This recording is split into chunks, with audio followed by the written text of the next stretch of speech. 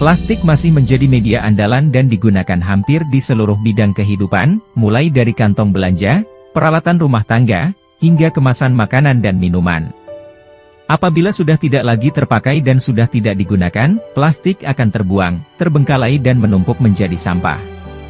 Berdasarkan data dari ScienceMark, jumlah produksi sampah plastik global sejak 1950 hingga 2015 cenderung selalu menunjukkan peningkatan.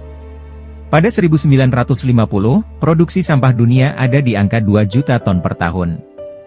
Sementara 65 tahun setelah itu, pada 2015 produksi sampah sudah ada di angka 381 juta ton per tahun.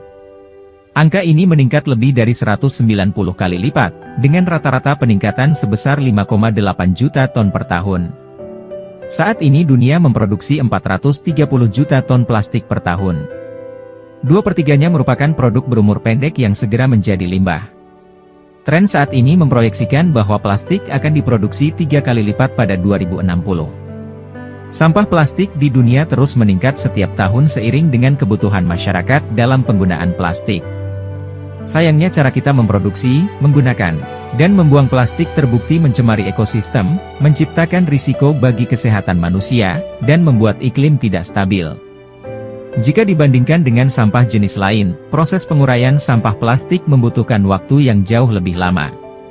Penguraian beberapa jenis sampah plastik dinyatakan memerlukan waktu 20 hingga 500 tahun lamanya.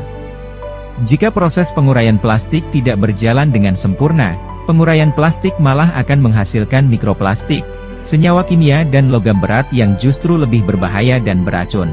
Mikroplastik adalah potongan plastik yang kurang dari 4,8 mm. Ini bersifat sangat berbahaya karena memiliki bahan kimia seperti PCB yang terakumulasi pada bagian plastik, yang dapat menyebabkan keracunan. Mikroplastik sangat mudah ditemukan di berbagai aktivitas sehari-hari kita, seperti serpihan serat buatan yang berasal dari pencucian pakaian, debu penguraian ban kendaraan yang bergesek dengan aspal jalan, debu dari industri pengecatan, serat buatan yang melayang atau terhempas, mikrobeads yang berasal dari produk kosmetik. Namun demikian, penghasil terbesar mikroplastik di alam adalah sampah plastik, yang dalam proses penguraian yang tidak sempurna terpecah menjadi mikroplastik. Selain mikroplastik, beberapa aditif kimia yang digunakan dalam industri plastik juga menjadi ancaman bagi kesehatan manusia.